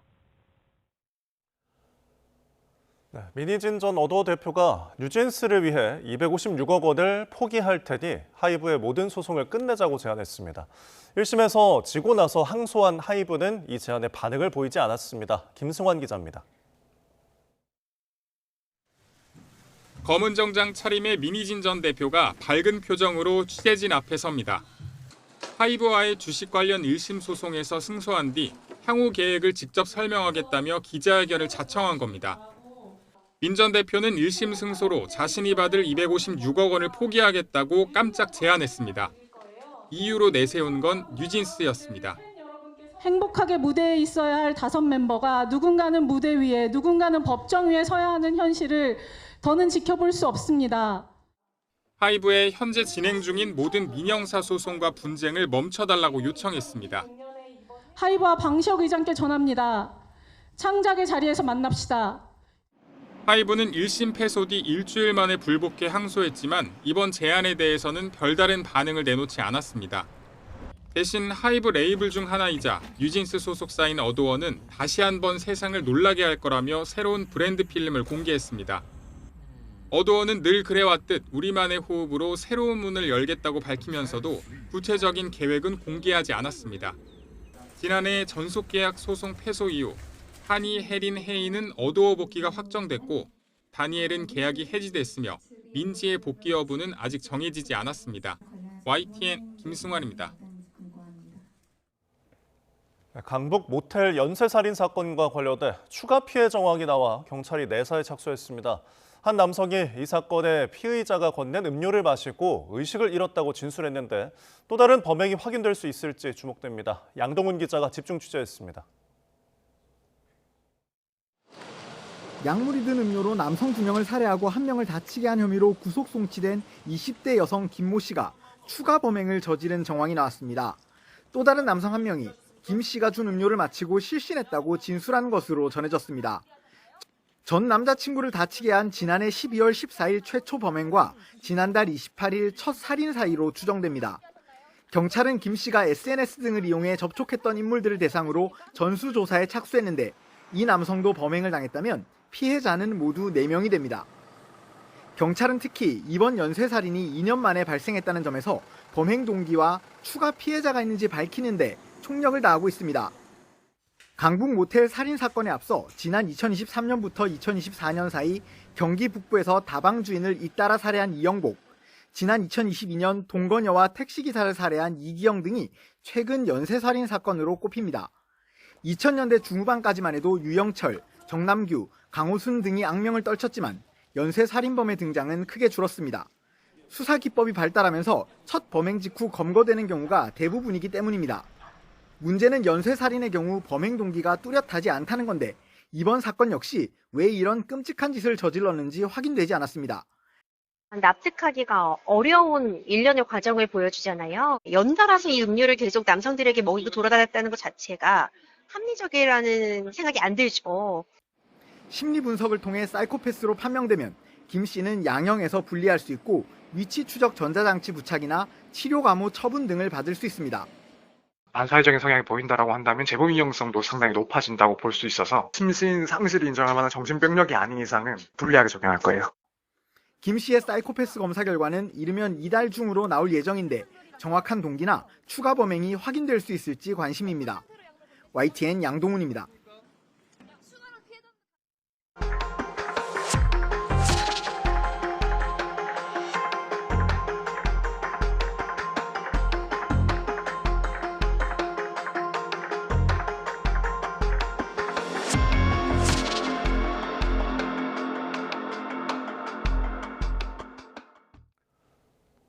네, 1억 원 공천원금 의혹과 관련해 강선호 의원의 체포동의안이 가결되면서 조만간 영장실질심사 일정이 정해질 예정입니다. 13가지 의혹을 받는 무소속 김병기 의원은 내일부터 이틀 동안 경찰 소환조사를 앞두고 있습니다. 취재기자 연결합니다. 배민혁 기자, 강선호 의원 구속심사 일정은 아직인 거죠? 네, 그렇습니다. 아직 강선호 의원의 구속심사 기일은 지정되지는 않았습니다. 다만 앞선 사례를 보면 조만간 기일이 지정될 수도 있을 거라는 전망이 나옵니다. 이 국민의힘 권성동 의원과 추경 의원이 체포동의안이 가결되고 5일 뒤에 영장심사를 받은 것을 고려하면 강 의원 역시 이르면 이번 주 후반이나 늦어도 3월 초에는 구속심사를 받을 것으로 보입니다. 강 의원은 지난 2022년 지방선거를 앞두고 김경 전 서울시 의원으로부터 공천을 대가로 1억 원을 받은 혐의를 받고 있습니다. 다만 경찰 조사에서 강 의원과 김 전 시 의원의 진술이 상반됐던 만큼 구속심사 단계에서도 양측의 치열한 진실 공방이 벌어질 것으로 보입니다. 네, 한편 김병기 의원의 첫 소환조사 임박했죠? 네, 그렇습니다. 13가지 의혹으로 수사를 받는 무소속 김병기 의원이 내일부터 이틀 동안 연달아 소환조사를 받을 예정입니다. 김 의원은 전 동작구 의원들로부터 정치연금을 수수했다는 의혹과 차남 숭실대 편입특혜 의혹, 아내 비위 관련 수사무마 청탁 의혹 등을 받고 있습니다. 경찰은 오늘 오전에도 숭실대 편입특혜 의혹과 관련해 업무방해 등 혐의를 받는 김 의원의 차남 김모 씨를 피의자 신분으로 불러 조사하고 있습니다.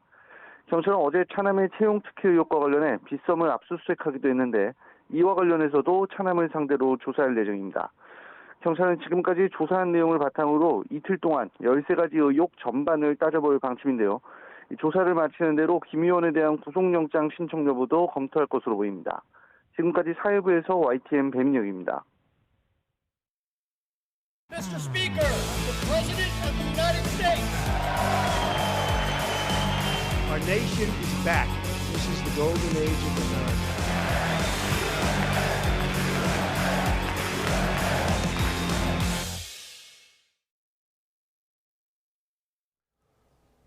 도널드 트럼프 미국 대통령이 연방대법원의 상호관세 위법 판결 이후에도 대부분 국가가 미국과의 무역 합의를 유지하려고 한다고 주장했습니다. 트럼프 대통령은 현지 시간 24일 밤 미 연방의회에서 한 국정연설에서 대법원의 상호관세 위법 판결에 대해 매우 유감스러운 판결이지만 좋은 소식은 거의 모든 국가와 기업이 그들이 이미 체결한 합의를 유지하고 싶어 한다는 것이라고 말했습니다. 트럼프 대통령은 다른 나라들에 대해 내가 대통령으로서 그들에게 훨씬 더 안 좋을 수도 있는 새로운 합의를 할 법적 권한을 갖고 있다는 것을 알고 있다고 밝혔습니다. 트럼프 미 대통령은 이란이 미국과의 협상에서 아직 핵무기 포기 의사를 밝히지 않았다면서 이란의 핵무기 보유를 막기 위해 군사력도 사용할 수 있다고 재차 경고했습니다. 트럼프 대통령은 연방의회에서 한 국정연설에서 이란에 대해 이란은 합의를 타결하기를 원하지만 아직 절대 핵무기를 보유하지 않겠다는 비밀 단어를 듣지 못했다고 밝혔습니다. 이어 이 문제를 외교로 해결하는 것을 선호하지만 결코 세계 최대 테러 후원국이 핵무기를 보유하는 것을 허용하지 않겠다고 강조했습니다. 트럼프 행정부가 상호관세 대체를 위해 무역법 301조 조사를 시작한 가운데 우리나라도 조사 대상에 포함될 거란 전망이 커지고 있습니다. 강경화 주미대사는 국익에 가장 부합하게 대응할 거라며 우호적인 대미 협의를 지원하겠다고 밝혔습니다. 워싱턴에서 신윤정 특파원이 보도합니다. 미 트럼프 행정부가 중국 등을 상대로 착수한 무역법 301조 조사에 한국도 포함될 거란 전망이 커지고 있습니다. 미 무역대표부가 디지털 상품, 서비스에 대한 한국의 차별 가능성을 지적해온 만큼 포함될 여지가 충분하다는 전망이 워싱턴 외교가에서 이어지고 있습니다. 다만 조사 여부는 아직 결정되지 않았고 조사가 이뤄져도 관세 부과로 이어지는 것도 아닌 만큼 상황을 지켜봐야 할 것으로 보입니다. 트럼프 행정부는 그동안 온라인 플랫폼법 등을 통해 한국이 미국 디지털 기업을 불공정하게 대우한다고 주장해왔는데 이를 빌미로 새 관세를 부과하려 할 가능성이 있는 것으로 해석됩니다. So you can look forward in the coming days and weeks to seeing all of that come out, and we're going to keep continuity in the program. 미국 쿠팡 투자자들이 쿠팡의 개인정보 유출 사건에 대해 한국 정부의 차별을 주장하며 청원한 무역법 301조 조사 개시 여부도 다음 달 초에는 나올 전망입니다. 이런 상황에서 강경화 주미대사는 트럼프 행정부의 후속 조치 동향을 면밀히 관찰해 국익에 가장 부합하는 방향으로 대응하겠다고 밝혔습니다. 그러면서 우호적인 대미 협의 분위기 조성과 관세 환급을 위한 정보 전달 지원에도 나서겠다고 말했습니다. 대미 협의가 우호적 분위기에서 진행될 수 있도록 지원해 나갈 것입니다. 이번 판결문에 명확하게 언급되지 않은 비납부한 상호 관습 환급에 대해서는 우리 기업들에게 정확한 정보가 적시 전달될 수 있도록 강 대사는 또 트럼프 대통령의 3월 말 중국 방문 시 북미 대화 가능성에 대해 모든 가능성을 염두에 두고 동향을 예의주시하고 있다고 밝혔습니다. 강 대사는 핵 추진 잠수함과 원자력 에너지 농축 및 재처리 등 한미 간 안보 분야 합의는 속도감 있게 이행될 수 있도록 적극 지원하겠다고 강조했습니다. 워싱턴에서 YTN 신윤정입니다. 방금 들어온 속보 전해드립니다. 1억 원 공천원금 의혹을 받는 강선호 의원의 구속 심사가 오는 3월 3일에 열리는 것으로 결정됐다는 소식입니다. 서울중앙지방법원은 오는 3월 3일 다음 주 화요일 정치자금법 위반 혐의를 받는 강선호 의원에 대한 구속 전 피의자 신문을 진행합니다. 같은 날 오전 10시엔 김경전 서울시의원에 대한 심사가 먼저 열리는데요. 강 의원은 지난 2022년 지방선거를 앞두고 김경전 서울시의원으로부터 공천을 대가로 1억 원을 받는 혐의를 받고 있습니다. 다시 한번 전해드리면 공천원금 의혹을 받는 강선우 의원의 구속심사 일정이 나왔는데요. 오는 3월 3일에 열린다는 소식입니다. 저희가 자세한 내용은 더 들어오는 대로 전해드리도록 하겠습니다. 다음 소식입니다. 판사나 검사의 고의적인 법리 왜곡을 처벌할 수 있도록 한 형법 개정안 이른바 법 왜곡죄가 국회 본회의에 상정됐습니다. 이 개정안은 법령을 의도적으로 잘못 적용하거나 위조 변조한 증거를 재판이나 수사에 사용하는 경우 10년 이하 징역이나 10년 이하의 자격정지에 처하도록 했습니다. 현재 지금 이 시각 국회 본회의장에서 필리버스터가 진행되고 있는 모습을 보여드리고 있는데요. 더불어민주당은 본회의 전에 의원총회를 열고 법 왜곡죄의 주체를 형사사건 재판에 관여하는 법관이나 검사로 한정하고 명확성을 추가해 위헌 소지를 최소화하는 방향으로 법안을 수정했습니다. 간첩죄 적용 대상을 적국에서 외국 또는 이에 준하는 단체로 확대하는 내용도 개정안에 담겼는데요. 국내에는 곧바로 필리버스터 무제한 반대 토론에 돌입하면서 내일 오후에 법안이 처리가 이뤄질 것으로 보입니다. 경기 양주에 있는 한 식당 주인이 마침 식사 중인 군인들과 함께 보이스피싱 수거책을 직접 붙잡아 경찰에 넘겼습니다. 식당 주인의 재빠른 판단과 용기 있는 행동이 CCTV에 그대로 포착됐습니다. 김경수 기자가 보도합니다. 한 여성이 에어컨 실외기 밑에 검은 봉지를 놓고 자리를 떠납니다. 인근 식당 주인이 봉투 안에 현금 다발이 수북히 쌓여 있는 걸 확인하고 즉시 경찰에 신고합니다. 잠시 뒤 보이스피싱 수거책이 택시를 타고 나타납니다. 남성에게 말을 걸며 경찰이 도착할 때까지 시간을 법니다. 마침 군용차 한 대가 들어오고 부사관과 사병 한 명이 내립니다. 식당 주인이 상황을 설명한 뒤 강하게 저항하는 보이스피싱 수거책을 군인들과 함께 제압합니다. 식당 주인의 날카로운 눈썰미와 군인들의 용기로 보이스피싱 수거책인 20대 남성 A씨를 붙잡아 경찰에 넘기는 장면입니다. A씨는 지난해 12월 30일 경기 양주시 유양동에 있는 식당 주차장에서 피해자가 에어컨 실외기 밑에 숨겨둔 현금 약 1,430만 원을 챙기려 한 혐의를 받고 있습니다. 경찰은 80대 피해 여성에게 피해 금액을 돌려줬으며 식당 주인에게 감사장을 수여했습니다. YTN 김경수입니다. 경기 평택경찰서는 새벽 시간에 술집에 무단 침입해 물건을 부수며 난동을 피운 혐의로 20대 미군 A씨를 체포했습니다. A씨는 오늘 새벽 3시쯤 평택에 있는 미군기지 근처 술집에 무단으로 들어가 물건을 파손하며 난동을 피운 혐의를 받습니다.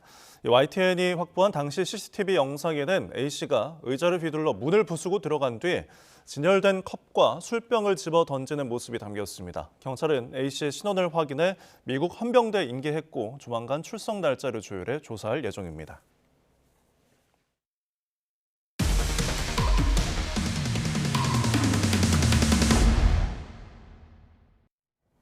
손님들이 맡긴 귀금속과 현금 등 24억 원어치를 챙겨 도주한 혐의로 구속된 금은방 업자가 이 돈다발을 챙겨 도주할 당시의 장면을 YTN이 단독으로 확보했습니다. 잠적 2달 전부터 계좌에서 수억 원을 인출하고 아내에게 실종 신고를 하라며 편지를 남기는 등 사전에 치밀하게 범행을 준비한 걸로 의심되는 정황도 포착됐습니다. 송수연 기자가 단독 보도합니다.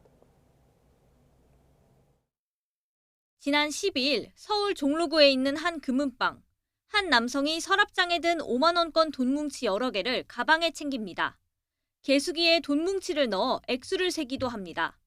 잠시 후엔 매대에 있는 물건을 하나하나 챙기는데 목걸이로 보이는 물품도 빼놓지 않습니다. 금은방의 일부 공간을 빌려 영업하던 40대 A씨가 고객들이 세공을 맡긴 귀금속과 금 구매대금 등을 챙겨 달아나는 장면입니다. A씨는 평소보다 1시간 일찍 직원을 퇴근시킨 뒤 범행을 저질렀습니다. 그냥 저보고 일찍 가라 그랬어요. 저는 원래 5시 퇴근이에요. 손이 없으니까 가라, 그냥 가라. YTN이 확보한 A씨의 거래 계좌 입출금 내역에서는 수개월 전부터 수상한 움직임이 보입니다. 잠적 직전 2달 동안 현금 인출기에서 200여 차례에 걸쳐 한 번에 100만 원씩 모두 2억 원을 인출한 것으로 나타났습니다. 잠적 당일 계좌에 남은 돈은 7만 원뿐이었습니다. 수개월 전부터 범행을 계획한 건 아닌지 의심이 드는 가운데 A씨는 도주 직전 아내에게 퀵서비스로 편지도 보낸 것으로 확인됐습니다. 여기에는 자신을 찾지 말고 실종 신고를 해라, 이혼하자는 내용이 적혀 있었다고 A씨 지인들은 말합니다. 사기 사건이 아니라 실종으로 위장해 도주 시간을 벌려고 한 거 아니냐는 분석이 나옵니다. 성인 실종 사건 같은 경우에 바로 그냥 경찰이 대대적인 수사력을 활용해가지고 수사를 하지 못하는 이제 그런 상황이 되니까 당분간 수사를 갖다 피하기 위한 이런저런 잔머리를 쓴 거지. A씨는 보도 이후 자수한 뒤 구속됐는데 지금까지 경찰에 접수된 피해액은 24억 원이 넘는 것으로 파악됐습니다. 곳곳에서 의심스러운 정황이 포착되는 가운데 경찰은 정확한 동기 등을 확인해 A씨를 검찰로 송치할 계획입니다. YTN 송수연입니다. 네, 전해드린 것처럼 고객들의 금품을 챙겨 도주한 혐의로 구속된 금은방 업자가 이렇게 미리 돈을 인출하고 가족에게는 실종 신고까지 부탁한 사실이 새롭게 드러났습니다. 네, 이 내용 집중 취재한 사회부 송수연 기자와 함께 이야기 나눠보겠습니다. 어서 오십시오. 어서 오세요.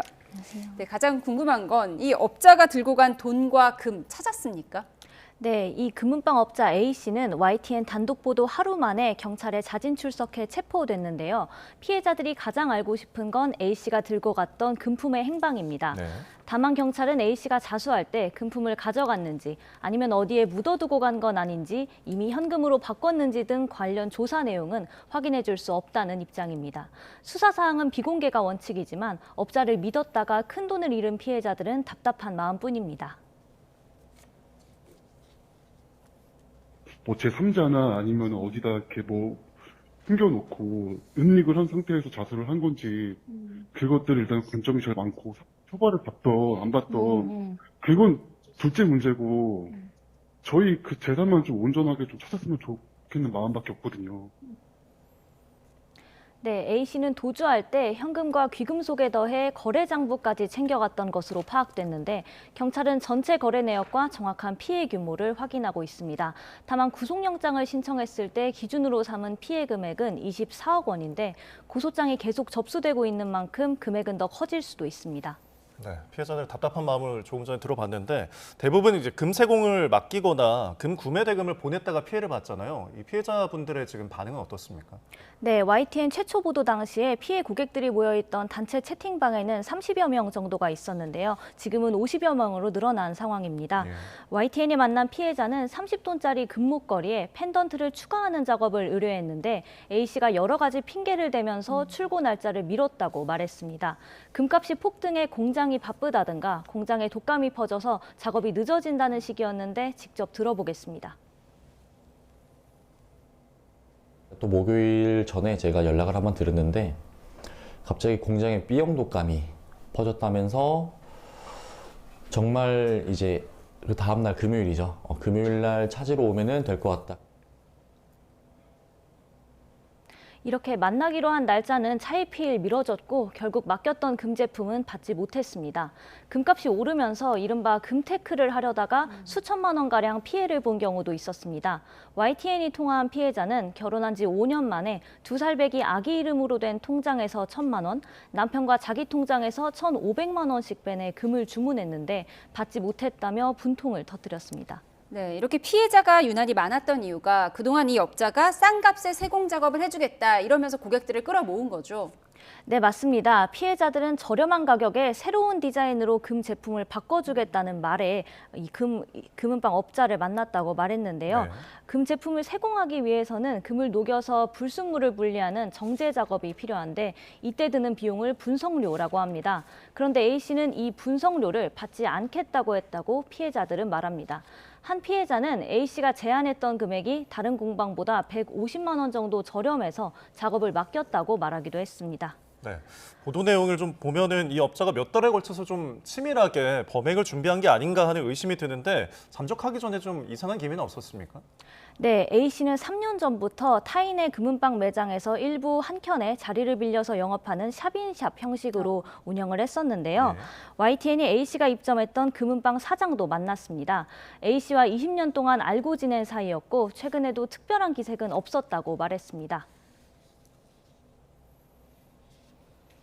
왜 갔을까? 무슨 이유, 연유로 힘들어서 아니면 뭐 돈이 없어서 뭐 이런 게 있잖아요. 여러 가지 사정이 있을 때 그걸 모르니까 답답한 거야. 저한테는 아무 내색을 안 했으니까. 힘들어하는 내색도 없었고. 계속 손님이 너무 많았고 너무 잘 되고 있었기 때문에.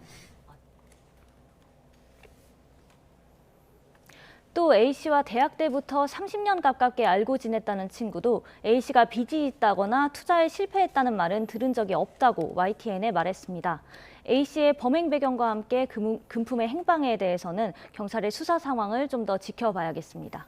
네, 피해 금액들이 좀 온전하게 돌려졌으면 좋겠습니다. 취재 내용 잘 들었습니다. 지금까지 사회부 송수영 기자와 함께했습니다. 고맙습니다. 감사합니다.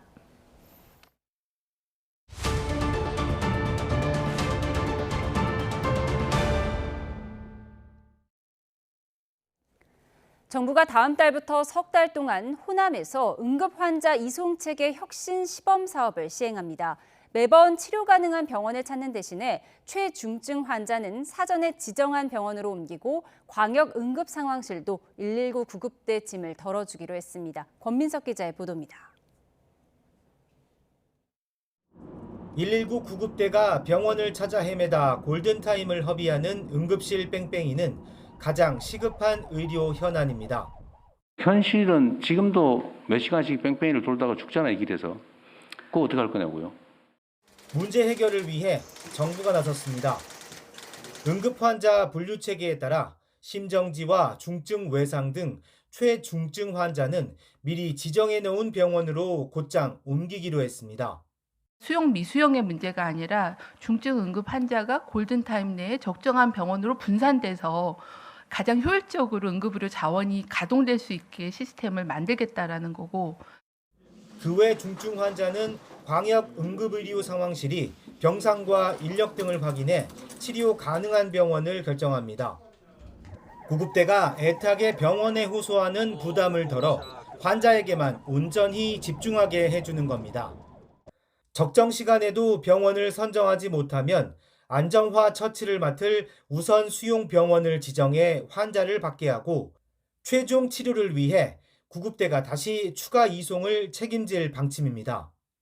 전원 이송까지 저희 소방에서 재이송을 좀 책임지고 좀 함으로써 조금 더 큰 효과로서는 그렇게 해서 병원의 어떤 전원에 대한 부담을 좀 완화시키면서 3등급 이하 중등증 환자는 병원 상황을 고려해 광역 상황실이 아닌 119 구급대가 이송 병원을 결정합니다. 효율적인 대처를 위해 소방 구급대와 병원, 광역 상황실 간 정보 공유도 강화하기로 했습니다. 정부는 이 같은 응급 환자 이송 혁신 시범 사업을 다음 달부터 석 달간 광주와 전남, 전북에서 실시한 뒤 전국 확대 여부를 검토할 계획입니다. 이를 두고 응급의학계에서 기대와 비판의 목소리가 동시에 나오는 등 의료계 안에서도 찬반 의견이 엇갈렸습니다. YTN 권민석입니다. 우리나라 항생제 사용량이 OECD 평균의 1.6배인 걸로 조사됐습니다. 지난 2023년 기준으로 우리나라 인구 1000명당 하루 항생제 소비량은 31.8로 OECD 평균인 19.5를 크게 웃돌았습니다. 특히 주요 항생제 내성균인 메티실린 내성 황색 포도상 구균의 경우 2023년 내성률이 45.2%로 전 세계 평균 내성률 27.1%보다 1.7배 높았습니다. 질병관리청은 국내 항생제 내성 관련 사망자는 지난 2021년 22,700명으로 추산됐고 오는 2030년에는 32,400명에 이를 것으로 전망했습니다. 이부진 한국방문회 위원장이 청와대에서 열린 국가관광전략회의에 참석해 외국인 관광객들이 어느 지역에 가도 불편함이 없도록 노력하겠다고 밝혔습니다. 이 위원장은 오늘 회의에서 2027년부터 2029년까지 진행되는 대규모 방한 환대 캠페인인 한국방문회의 준비를 차질 없이 해나가겠다고 말했습니다. 또 이제 외국인들에게 우리나라는 단순히 가보고 싶은 나라를 넘어 한국 사람들처럼 살아보고 싶어하는 멋있는 나라가 됐다고 강조했습니다. 2월 하순 남부지방에서는 만나기 힘든 눈 소식에 팔공산 국립공원 주변은 눈세상으로 변했습니다. 교통 통제도 잇따랐지만 날이 개고 기온이 가파르게 오르면서 겨울 풍경은 금세 자취를 감췄습니다. 이윤재 기자입니다. 하얀 눈이 내려앉은 팔공산 국립공원 주변 마을입니다. 낮게 깔린 구름 너머 지붕마다 눈이 소복이 쌓여 절경을 이뤘습니다. 홀로 집을 지키는 할머니는 마당에 쌓인 눈을 조금씩 쓸어냅니다. 올 겨울에는 눈이 안 왔거든요. 안 왔는데 언제쯤에 오고 오분이 처음이라 힘들어도 뭐 있으면 또 지대로 녹기도 하고 그래요. 호수공원은 어느새 눈이 녹기 시작합니다. 산책에 나선 사람은 남부지방, 더군다나 2월 하순에는 만나기 힘든 마지막 설경을 즐겼습니다. 대구에는 눈이 잘 안 오는데요. 갑자기 이렇게 눈이 많이 와가지고 어제 저녁부터 마음도 좀 설레고요. 아침에 해가 뜨면서 산책할 겸 이렇게 나왔습니다. 기분이 너무 좋고요. 산책길도 너무 예뻐요. 대설특보 속에 쌓인 눈 탓에 대구 경북 지역의 도로 곳곳이 통제되기도 했습니다. 하지만 밤사이 눈이 그치고 날이 밝은 뒤 기온이 부쩍 오르면서 얼었던 눈은 녹아내렸고 막혔던 도로도 통행을 재개했습니다. 늦겨울 스치듯 찾아온 겨울 풍경은 금세 찾아온 봄 기운에 눈과 함께 녹아내렸습니다. YTN 이윤재입니다. 동계올림픽 사상 처음으로 설상 종목에서 금메달을 목에 건 스노보드 최가온 선수가 YTN에 출연해 올림픽 뒷이야기를 풀어놨습니다. 지금의 자신을 뛰어넘는 선수가 되겠다는 다부진 목표도 밝혔는데요. 양시창 기자가 전해드립니다. 화사한 옷을 입은 최가온이 모습을 드러냅니다. 경기장 밖에서의 최가온은 아직은 앳된 18살 고등학생입니다. 출연을 위해 예쁘게 분장하는 건 기본. 결승전에 탔던 스노보드와 따끈따끈한 금메달은 스튜디오에서도 최가온의 옆을 지켰습니다. 방송이 시작되자 최가온은 긴장한 기색 없이 금이환향 뒷이야기를 술술 풀어놨습니다. 가장 즐거웠던 건 역시 친구들과 함께일 때였습니다. 깜짝 판치도 많이 준비해주고 그리고 울고 친구들도 많이 너무 축하한다고 계속 지금까지도 말해주고 있어요. 1차 시도의 부상과 2차 시기 첫 점프의 실패. 누가 봐도 절망적인 순간에 최가훈은 오히려 자신감을 회복했다는 깜짝 발언도 내놨습니다. 어느 시합을 가나 1차로 넘어지면 약간 마음이 편해지고 긴장이 풀리는 그런 스타일이라서 그때도 딱 넘어지자마자 3차로 잘하면 할 수 있겠다 그런 생각이 들었어요. 우상이자 롤 모델인 클로이 김과의 재미있었던 첫 만남도 생생하게 털어놨습니다. 어렸을 때 첫 원정을 뉴질랜드로 갔었는데 그때 제가 부모님 없이 코치님하고 가서 조금 코도 많이 흘리고 좀 부족한 부분이 많았었는데 클로이 언니가 많이 그때 도와주고 인사도 해주고 매일매일 사진 찍고 그랬었어요. 우상마저 꺾고 선수로서 가장 높은 곳에 오른 최가훈의 다음 목표는 무엇일까? 최가훈은 수줍으면서도 당당하게 포부를 밝히며 훈련을 마무리했습니다. 첫 번째 목표였던 제 금메달을 이뤄서 다음 목표는 지금의 저보다 더 잘 타는 선수가 되고 싶어요. YTN 양시창입니다. 미국 유명 앵커의 모친이 실종된 지 24일이 지난 가운데 이 실종자 가족들이 현상금으로 14억 원을 내걸었습니다. 서베나 거스리 NBC 방송 투데이 앵커는 올해 84세인 어머니 낸시 거스리를 찾게 해준다면 최대 100만 달러, 우리 돈 14억 4천만 원의 현상금을 지급하겠다고 밝혔습니다. 서베나는 어머니가 이미 세상을 떠나셨을지도 모르지만 아직도 기적을 믿는다면서 여전히 어머니가 집에 돌아올 수 있다고 믿는다며 애타는 마음을 전했습니다. 어미에게 버림받은 일본 아기 원숭이의 사연이 인형 완판 행렬로까지 이어지고 있다고 합니다. 화면 보면서 설명드리겠습니다. 자기 몸보다 큰 우랑우탄 인형을 끌고 다니는 아기 원숭이 펀치입니다. 인형과 잠시도 떨어지지 않으려는 모습을 보이고 있는데요. 다른 어른 원숭이가 자신을 밀쳐내자 다시 인형에게 매달리는 모습이 짠합니다. 지난해 7월 태어난 펀치는 어미에게 버려졌다가 사육사가 건넨 봉제 인형과 애착을 형성했다고 하는데요. 이런 사연이 화제가 되면서 펀치가 엄마처럼 여기는 인형도 덩달아 인기를 누리고 있습니다. 오프라인과 온라인을 막론하고 여러 나라 이케아 매장에서 이 오랑우탄 인형이 빠르게 품절되고 있다고 하는데요. 한편 사육사들은 펀치가 다른 원숭이들과 의사소통 과정에서 다소 어려움을 겪고 있지만 점차 무리에 잘 적응해가고 있다고 전했습니다.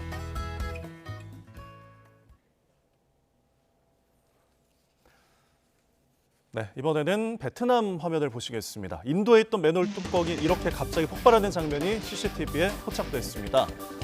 지난 13일 베트남 하이퐁시 길거리인데요. 인도에 있던 맨홀 뚜껑이 커다란 폭발음과 함께 산산조각 났습니다. 주변에 있던 사람들은 깜짝 놀라 황급히 대피하는데요. 현지 언론 보도를 종합하면 땅에 묻혀있던 수백 미터 길이의 배수 시스템이 폭발했고요. 파손된 맨홀 뚜껑은 모두 5개였습니다. 업체 조사에 따르면 하수구에 메탄이나 암모니아 가스 등이 축적돼서였을 거라고 하는데요. 다행히 다친 사람은 없었습니다.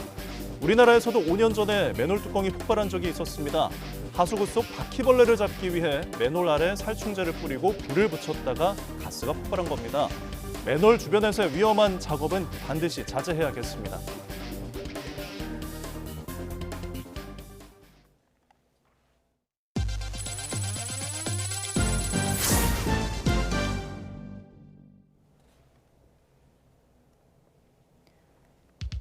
삼성전자의 새로운 플래그십 스마트폰 갤럭시 S26이 내일 새벽 미국 샌프란시스코에서 공개됩니다. 갤럭시 S26은 기존의 구글 제미나이 외에 새로운 AI 에이전트 퍼블렉시티가 추가로 탑재되며 세계적인 반도체 품귀 현상에 따라 가격은 인상될 전망입니다.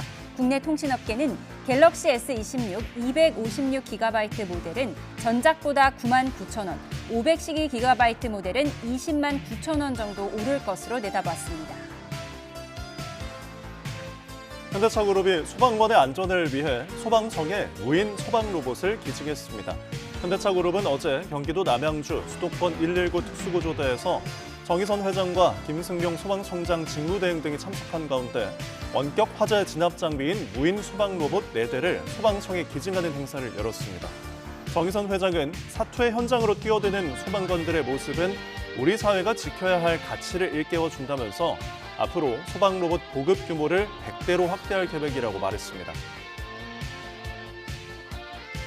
스타벅스 코리아가 새로운 아이스커피 메뉴인 에어로카노를 전 세계 최초로 국내에 출시합니다. 스타벅스 코리아는 아메리카노에 공기를 주입해 미세한 거품을 형성한 아이스 전용 커피 에어로카노를 상시 판매한다고 밝혔습니다. 에어로카노는 에스프레소의 풍미에 부드러운 질감을 더한 것이 특징으로 아이스 아메리카노와 콜드브루에 이은 새로운 아이스커피 메뉴입니다. SPC 삼립의 삼립 치즈케이크 미국 코스트코 판매 매장을 300여 곳으로 확대했습니다. 삼립은 미 서부 지역 코스트코 100여 개 매장에서 3주 만에 치즈케이크 초도 물량 56만 봉이 완판됐고 공급 물량을 약 9배 늘려 미 전역에서 판매를 시작했다고 밝혔습니다. 삼립은 7월까지 치즈케이크 약 1,000만 봉을 추가로 수출할 계획입니다. 3월을 앞두고 이른 봄 날씨가 찾아왔습니다. 이번 주 내내 초봄 같은 날씨가 계속되겠는데요. 내일부터 서울 아침 기온도 영상권으로 올라서면서 아침 추위도 덜하겠고요. 한낮 기온은 15도 안팎으로 온화함이 감돌겠습니다. 다만 내일 오전부터 하늘은 차츰 흐려지겠습니다. 제주도에만 5mm 안팎의 비가 이어지면서 내륙 지역은 계속 건조한 날씨가 이어지겠는데요. 경기 북부와 강원 곳곳엔 건조주의보도 내려져 있는 만큼 화재 사고를 조심하셔야겠습니다. 또 밤사이 내륙에는 안개가 짙게 끼겠습니다. 교통 안전에도 유의하시기 바랍니다. 자세한 내일 기온 보겠습니다. 아침 기온은 대전이 1도, 대구는 5도로 출발하겠고요. 한낮에는 강릉 12도, 대구 16도, 광주는 15도까지 오르겠습니다.